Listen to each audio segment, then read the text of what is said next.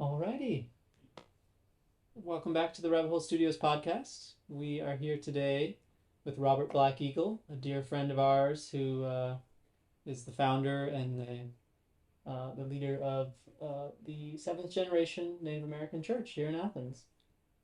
Um, Tell us about your journey in starting this church, how it came to be, and how you uh, discovered Rabbit Hole Studios. It's a long story. Strap in. Probably goes back to when I was about 9 years old. And I grew up in kind of a schizophrenic. I describe my religious background as somewhat schizophrenic. My mother and all of her family were pretty evangelical, conservative, and very deeply involved in Southern Baptist tradition and religion. On my father's side, I'm third generation Sicilian, Mm. and my Italian family was very deeply rooted in Roman Catholicism. When my parents met and decided that they wanted to be married, my Italian grandparents pitched a fit, said, "Oh, you've got to marry in the Catholic Church." My father was the first in our family to marry outside of the church. Mm. This was in a day, fortunately, we're not in that day today, but this was a day prior to the Second Vatican Council, which is a major council of the Roman Catholic Church, Mm-hmm. in which major policy is established. Prior to Vatican II, everything in the church was done in Latin. Mm. Mass was spoken in Latin. They had very strict rules and regulations about everything. Uh, but my parents had to go through premarital counseling to be married in the Catholic Church. And one of the requirements was they had to sign a paper indicating that they would raise any children born into the marriage in the Catholic faith. Mm. Mm-hmm. Now, again, everything was done in Latin. They had a book called the Missal, which you could read along, but my brother and I were little fellows. We couldn't read. Mm-hmm. And in the Catholic Church, which at that time was St. Joseph's Catholic Church, right down here in Athens, Georgia, down at the end of Prince Avenue. Mm. The place was quiet, spooky. The acoustics where you could hear a pin drop, and nuns would kind of saunter around like penguins in the church. And my brother and I found it to be rather entertaining. Mm-hmm. They'd ring the bell, and people would kneel. They'd ring the bell again, and people would stand and ring the bell 3 times. And this would happen. If you've ever been in the Catholic Church, you know what I'm talking about. I had a friend. So my brother and I ended up in a lot of trouble.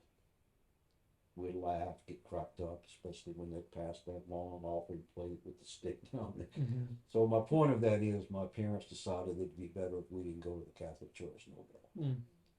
So we started going to the Baptist Church with my mother, which at the time was East Athens Baptist Church, which was at the end of Poplar Street, just up the road from Mama's Boy. Oh yeah. And that's a church that I think later on REM actually purchased and turned it into like condominiums. Oh cool. Yeah. But that's the church that I grew up in. Wow. My father owned a Shell service station in downtown Athens, down on West Broad Street. Oh, okay. One day when I was about 9 years old, I was down there helping when the car pulled up, and this was, of course, service station. So we swept out the floorboards and cleaned the windshield and checked the oil, the air in the tires, and pumped the gas. So car pulled up, and I went out to do those things, and out stepped a man that I recognized immediately as a priest. Hmm. And he began talking with me, introduced himself, said he was the new priest in town, and began to have conversation. Where do you go to school? Where does your brother go to school? Where do you go to church? Oh, we go over to East Athens Baptist Church with my mother. He said, oh, you don't go to the Catholic Church with your father? No, sir, we don't go over there no more. Just having conversation, being honest and answering the man's questions. I had great respect for him. Little did I know that I was actually setting my father up for betrayal, Oh no. because from there he went into the service station to pay for the gas, and I followed him in. And the priest said, I'm the new priest in town. Going through some forms in the office, and I saw one where you and your wife signed stating that you would raise your children in the Catholic faith. And I was just outside talking to your son, and he told me, and I'm hearing all this and realizing, oh my God, I've just betrayed my father. Oh no. I didn't realize what was happening. So I kind of had that angst going on Mm-hmm. in the moment, watching all of this unfold. So the priest banned my father from communion until he could bring himself and his family in compliance with the paper that they had signed. And uh, banning from communion was one step away from excommunication from the church. That's pretty serious business for a Catholic. He had done well if he had stopped there, but he didn't. And as he was about to leave, he turned around and turned to my father and he said, by the way, if one of your two boys were to die tonight, you'd be responsible for them going to hell. Oh my gosh. Yeah. Oh my goodness. Horrific. So my father had a little bit of a temper, and that day it showed itself. That was not a pretty picture. But the point of telling that story is that here was a 9-year-old boy who every night would kneel down with the family, his brothers, mother, father, by the bedside and speak our bedtime prayers. Now I lay me down to sleep. I pray, dear Lord, my soul to keep. If I should die before I wake, I pray, dear Lord, my soul you would take. Now the priest just added a whole level of fear to that. If I should die before I wake, you see, because the priest just told me that if that happened, I was going to go to hell. And that was a pretty scary place for a young boy to be. So I realized early on that there was a great mystery attached to this business about God and religion and spirituality. And I followed that, trying to figure that all out and understand it, all the way to Emory University's Candler School of Theology. 13 years in the ordained ministry of the United Methodist Church. And one day, after 13 years, through some personal trials and struggles towards the end, the dissolving of a marriage and the family and whatnot, and a lot of hurt involved in that, I walked away from the traditional church for many reasons, not all of which are pertinent to this conversation today. And I realized early on in that journey that I had an opportunity to redefine the pulpit, so to speak. That I had an opportunity just out in the day in, day out stuff of life to have a unique ministry in and of itself, apart from or without any attachment to the traditional church, just to where the people are. And so a whole new realm of ministry and possibility opened up to me. And even though I was in a professional career for many years of marketing and advertising and sales, and then for many years here in business with my brother in Watkinsville, found myself face to face across the table, across the counter, from people who were hurting, people who were in need, people who just needed conversation. One day, I happened to be enjoying food at a restaurant over on the other side of town, and this beautiful young lady was serving my food. And here was another opportunity for ministry, because Creator had put someone in front of me that was interested, like-minded, wanted to know more about me, and we had a nice talk, and that young lady was Victoria. And I made her aware of some ceremonies that we were doing, Native American ceremonies, some prayer gatherings. And Victoria expressed an interest in coming, and we exchanged phone numbers. Fast forward several years, now it's 2019.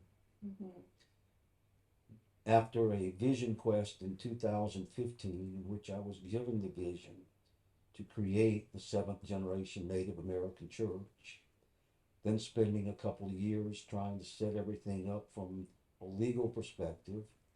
We have a state recognized nonprofit corporation in Georgia, and then going on to applying for federal 501c3 status with the Internal Revenue Service, and all of that took a lot of time and money.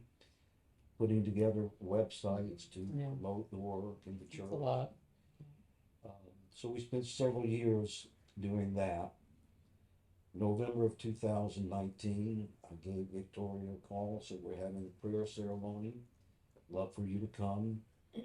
She showed up with one of your friends. Is it Maya? Mara. Mara. Yeah. I was living with her at the time. It was actually at Healing Path Farm. Exactly. I almost showed up to that one actually. Something I had heard about it on Facebook, Oh. and we probably would have met a lot sooner had I shown up. I had something come up, but it's funny how that works. Maybe you weren't supposed to meet at that time. Yeah, Maybe you weren't ready. that's right. All things on time and in time. But anyway, we were poised at the end of 2019 to move forward in a pretty exciting way. We had several ceremonies planned. We were going to be doing regular ceremonies for prayer with the pipe. We had weddings that were already on the calendar to officiate. I had connections with some folks up in Chattanooga, Tennessee, where we were going to be teaching classes about Native American history and culture to homeschool kids at a place called Reflection Riding up on Lookout Mountain. So 2020 promised to be a great year. And then, of course, we all know that COVID visited us at that time, and everything just kind of came to a standstill. I actually, during this time, was living in a camper, which I had purchased, and when COVID hit, I had a friend in Chattanooga, Tennessee, and we made a decision that it would be best if we kind of rode this thing out in a house rather than in my little camper. Yeah. So I spent the last 3 years in Chattanooga. In April, came back to visit my mother. She'd be 93 on Christmas Eve of this year, and take care of some other business matters. And one night I was sitting in a rented Airbnb when I got a text from somebody asking me if I'd ever have any interest in playing Native American music.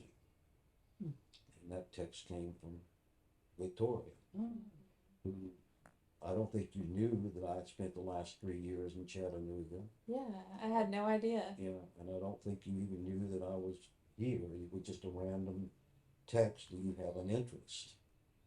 And of course that opened up conversation, which quickly moved and escalated to your saying you wanted to speak with the man who handles the Wednesday night meditation and yoga about me coming to make a talk. Yeah. Well, at that time in the conversation, I didn't know that the man you were speaking about was JC. JC and I had a history that preceded even that. I've been in several ceremonies, medicine ceremonies with JC, and we've been in song circle together, so we have a little bit of a history there. Which again, at the time, one would say, well, that's kind of an interesting coincidence, but I don't believe in coincidences. I just believe in moments of magic and miracles. That's definitely what it felt like when you came back, you know. Just so many things lining up together for you to be here. And Exactly. You know, quickly. I mean, it was just like bam, bam, bam, right? Yeah. One right after the other. because the next thing that came along was the Healing Arts Festival that we had Mhm. here. Right. And then from there, the invitation to come out and have ceremony at the fire at Wesley's Mm-hmm. property. The point of that is that it soon became apparent that now was the time, and that this would be the place. And that's when I came and sat with the two of you and JC, and I just shared with you what is my vision. Mm-hmm. And that mission, you know, coming from the vision that Crazy Horse had, if you could just relay that, what you know you have told us many times, and um, kind of a big part of why it's called the seventh generation. Sure. That was all part of the Vision Quest in 2015.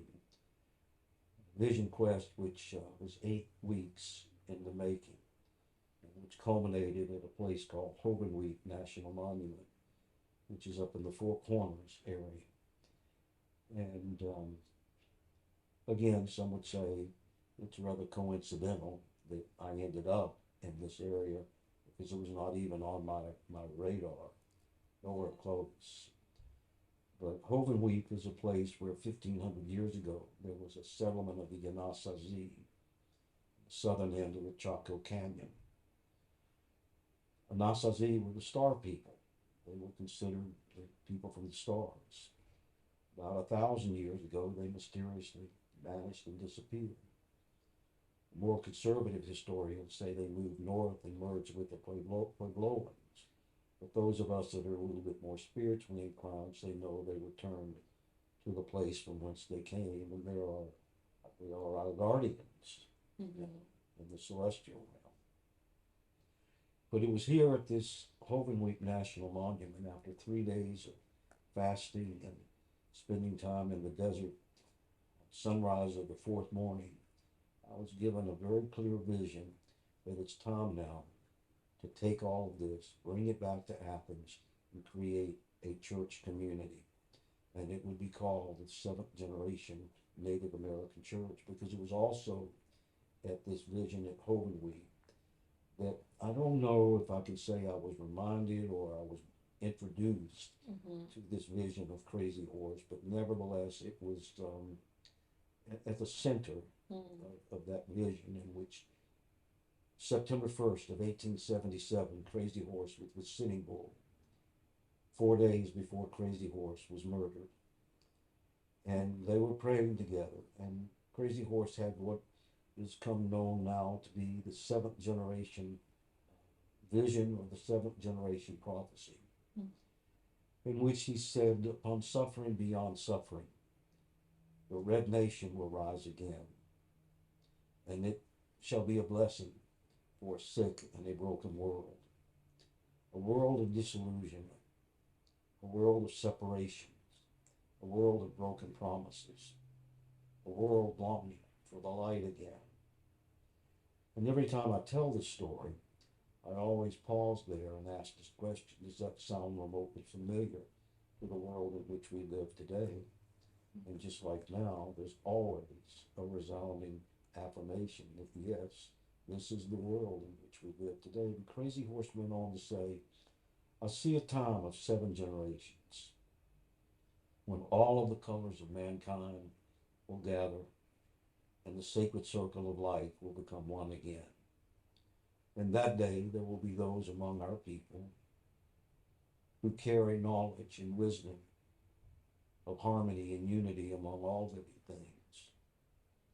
And there will be the young ones who come hungry, and they will ask for this wisdom. And in that interaction, that's when I began to see that, my goodness, we're in that 7th generation, this generation of your age. You know, the first time you met me, you told me that story, and it always stayed like lingering in the back of my mind. And you know, certain scenarios would come up, and I would kind of mention, you know, this guy Robert I met, he told me this prophecy, and now it's just so interesting to be like to have you here and have the church here, and you know, these cycles that come back around, and you get to see a little bit more and a little bit deeper. And I know that it's only just begun as well. Oh, yeah. There's so much potential that we have to reach people, to help people, to teach people, Mm-hmm. to be to be that seventh generation emerging family, that generation that's going to restore, return, and reconcile this broken world. This will be the generation that restores and brings that light to a world of darkness.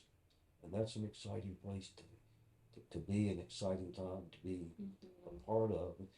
And for me, being on the elder side of that prophecy, to see it happening among you and the community that's developing here, I don't really have words for it. Mm-hmm. To say it's exciting, that doesn't do it justice.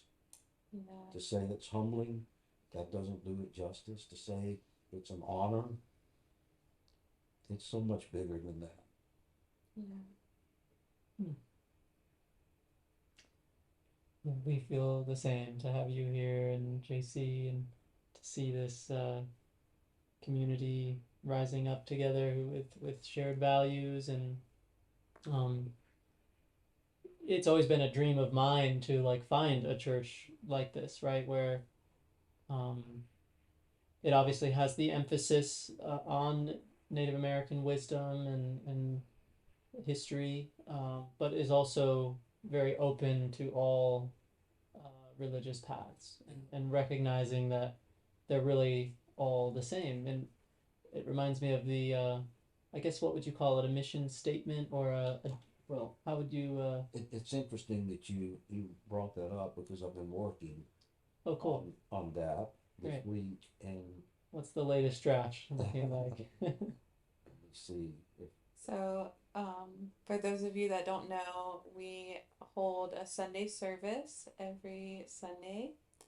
And Robert leads, and JC also helps out, and he plays a lot of music, and they both, you know, share passages and songs, and um, just just wisdom from many walks of life, many religions, and um, while having, you know, the emphasis on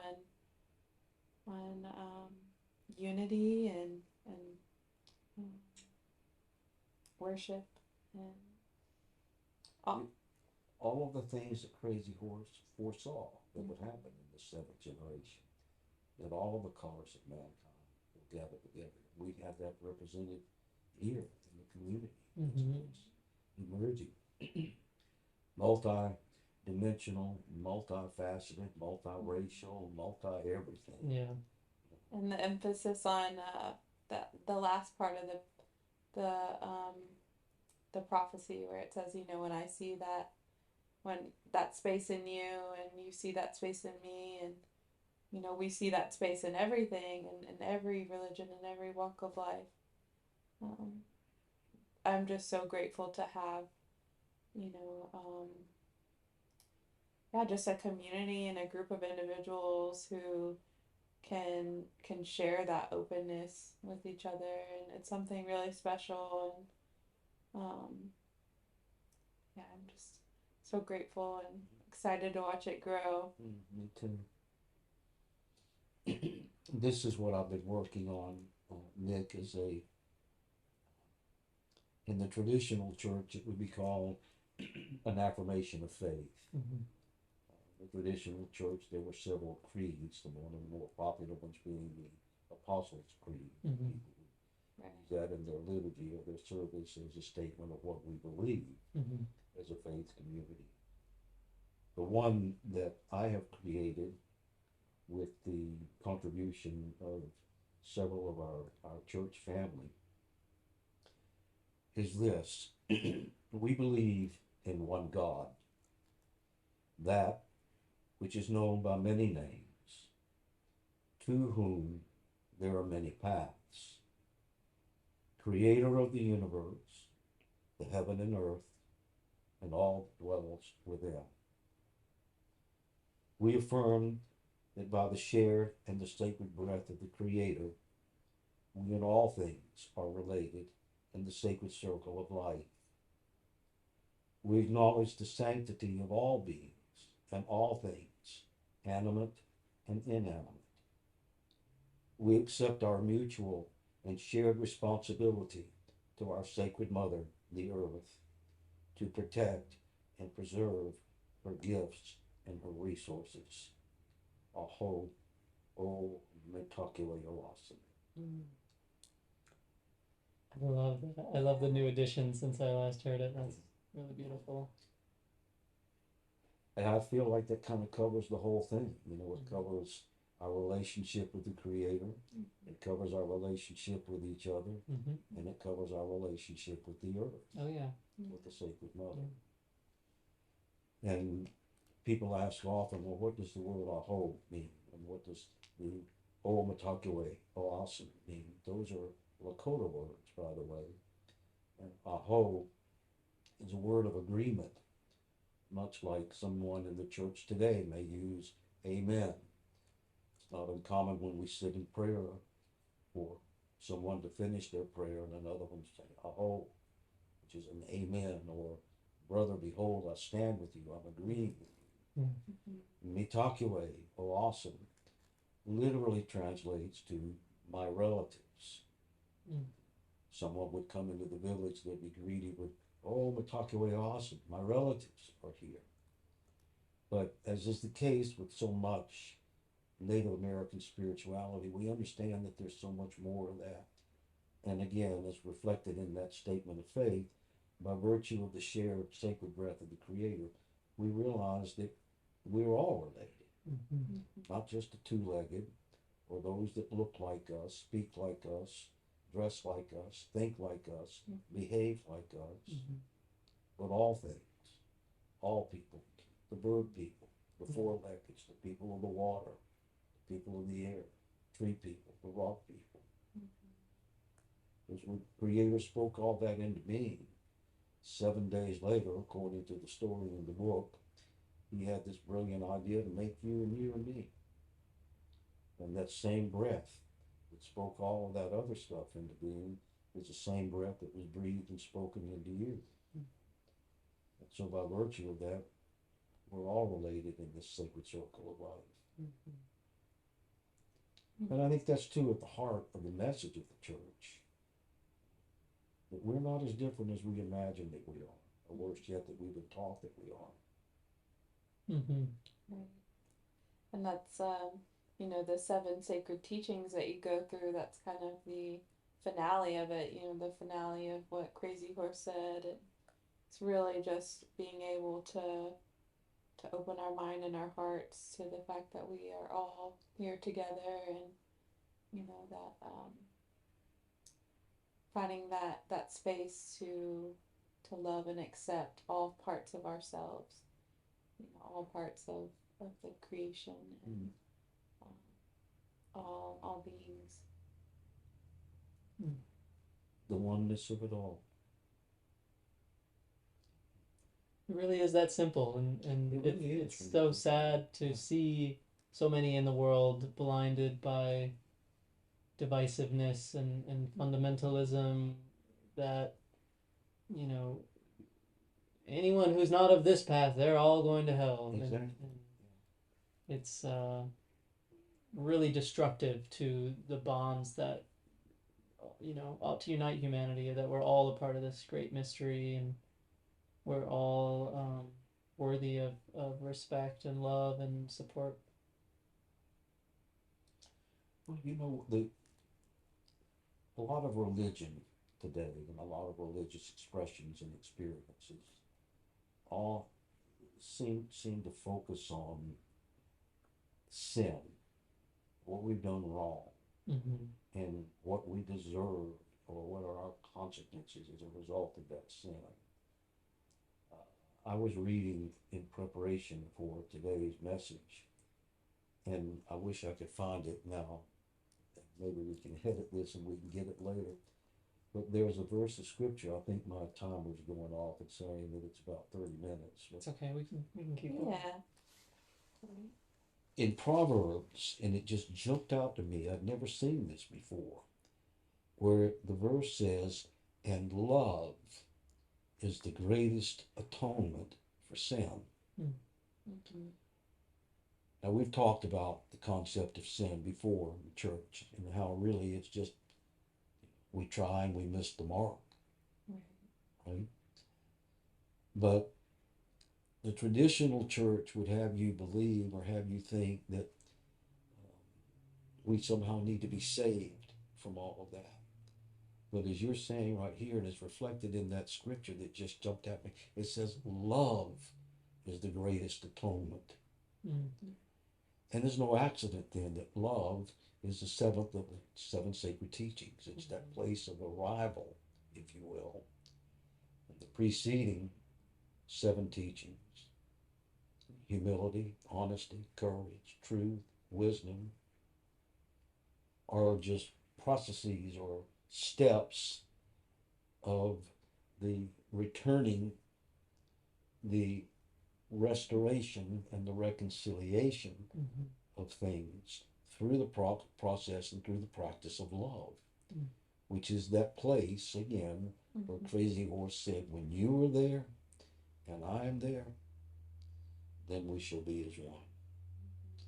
And as I understand it, that's what's at the heart of the gospel. That's what's at the heart of the lessons, the teachings of all great spiritual beings throughout generations, throughout history.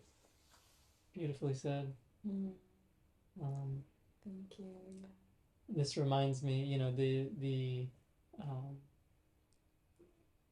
prior to reconnecting with you or meeting you, I had a big phase, like 2 or 3 years, where I was reading all about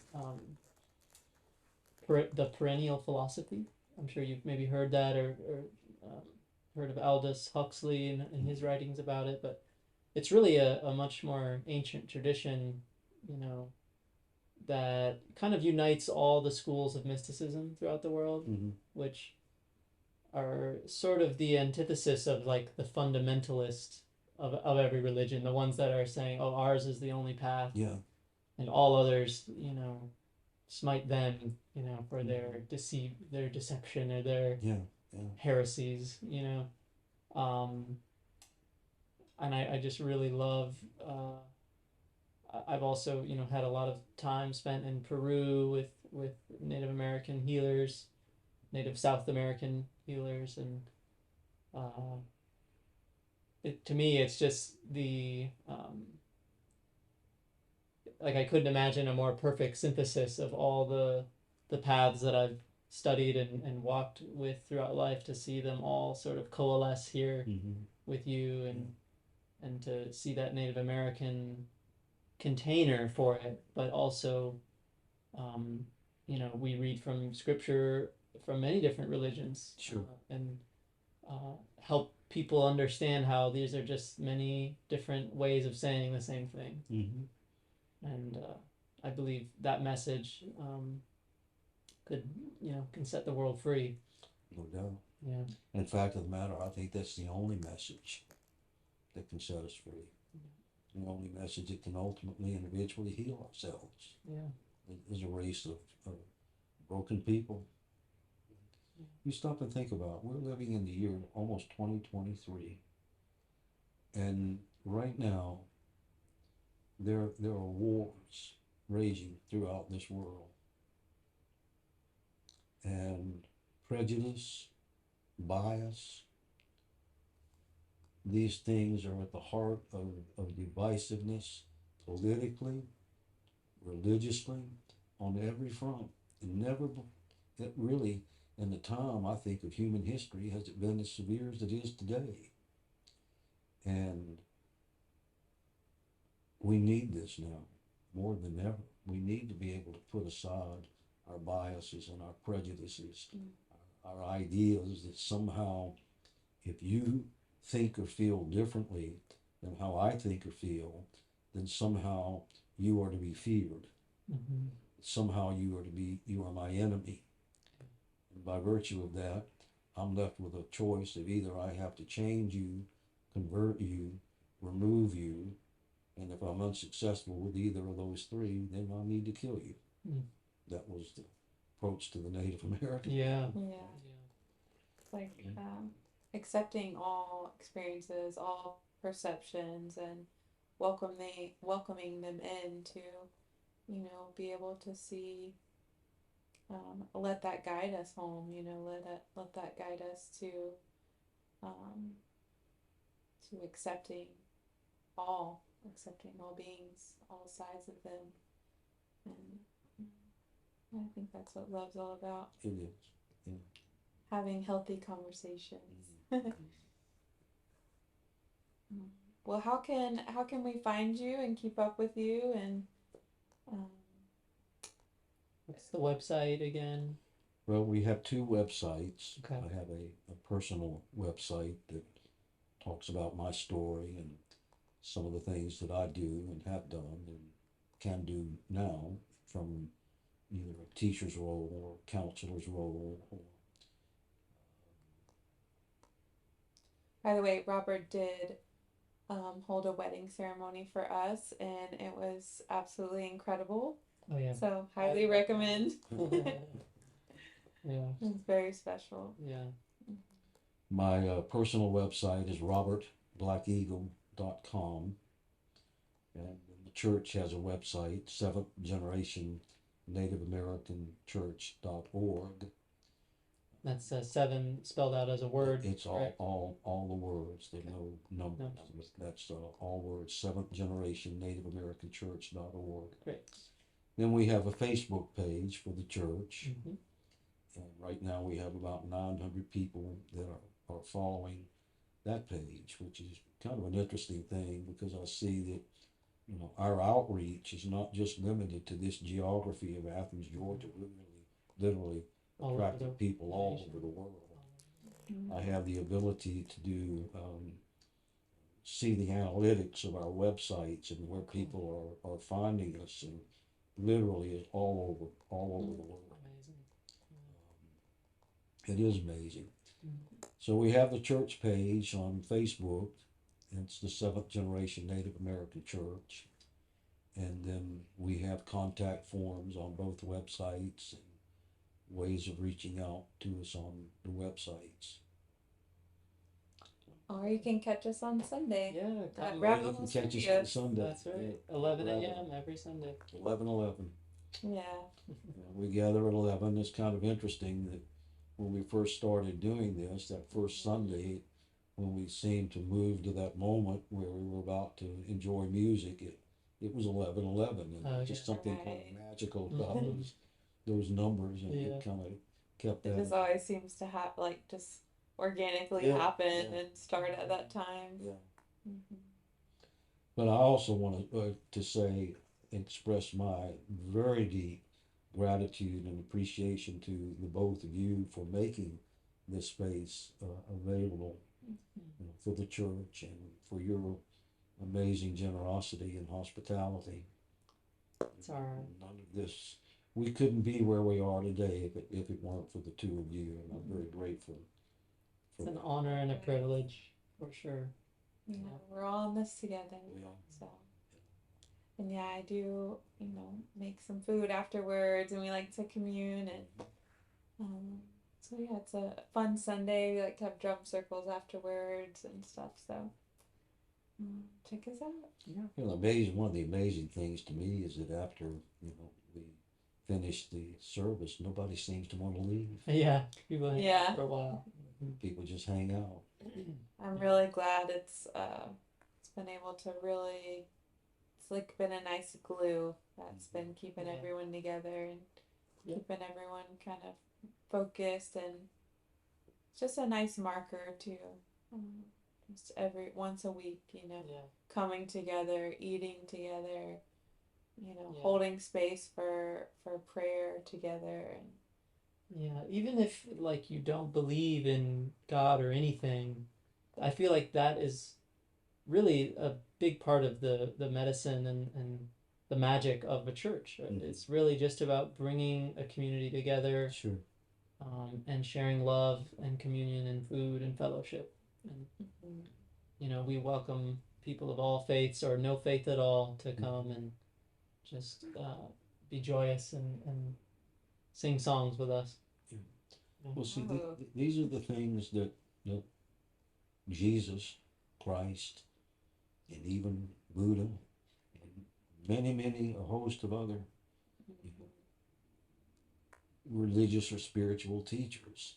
At the heart of it, Jesus sums it up himself over in Matthew chapter 25, where he says the business about the kingdom people is feeding the hungry, giving drink to the thirsty, clothing the naked, visiting the sick, taking care of the poor.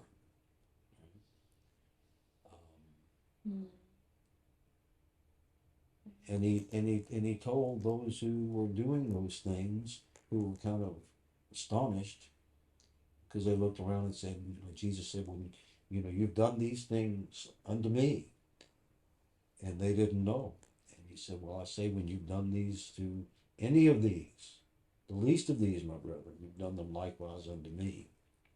So that's where we start really living out the embodiment of that Christ spirit. And he also told us that there's no, this commandment that I give you, a new commandment, is that you love one another as I've loved you. So that's how it all kind of comes full circle. Mm-hmm. Right. Yeah, definitely giving those things with love too, not with, resentment or, Or another agenda.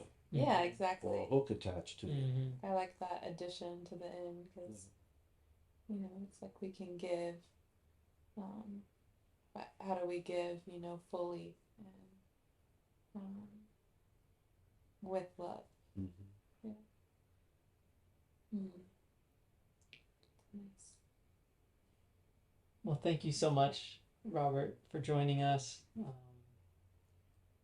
Hope to have you back someday. I'm sure we'll keep these podcasts going. And we're also going to release Robert's album soon. Oh yeah, So we look forward to doing some recordings with you. That would be lovely. And for our listeners, we have a live performance from today's service where you can listen to Robert playing, and we hope you enjoy. The album that I'm wanting to put together is I've written, composed musical pieces that correspond with each of the major themes of my Vision Quest of 2015. And so part of my vision with that is to be able to bring people together and tell the story, as we've done somewhat here, of how we got to be here. Mm-hmm. And then have some music attached to the story as well. Yeah. Right now, we look forward to helping you with that. Yeah, me too. Yeah. So it's a musical interpretation of the Vision Quest. Mm-hmm. I feel the power of your experiences through the music when you perform it. So keep in touch and look out for that. And thank you. Thank you. Well, that about wraps it up. Once again, Robert Black Eagle, check him out online.com or seventhgenerationnativeamericanchurch.org. And if you'd like to learn more about Rabbit Hole Studios and all the fun events and opportunities that you can find here, check out rabbitholestudios.org. You can also find us on Instagram, Rabbit Hole Fellowship, and we got Facebook and Twitter, Rabbit Hole DAO. So thanks again for joining us, and we look forward to seeing you next time.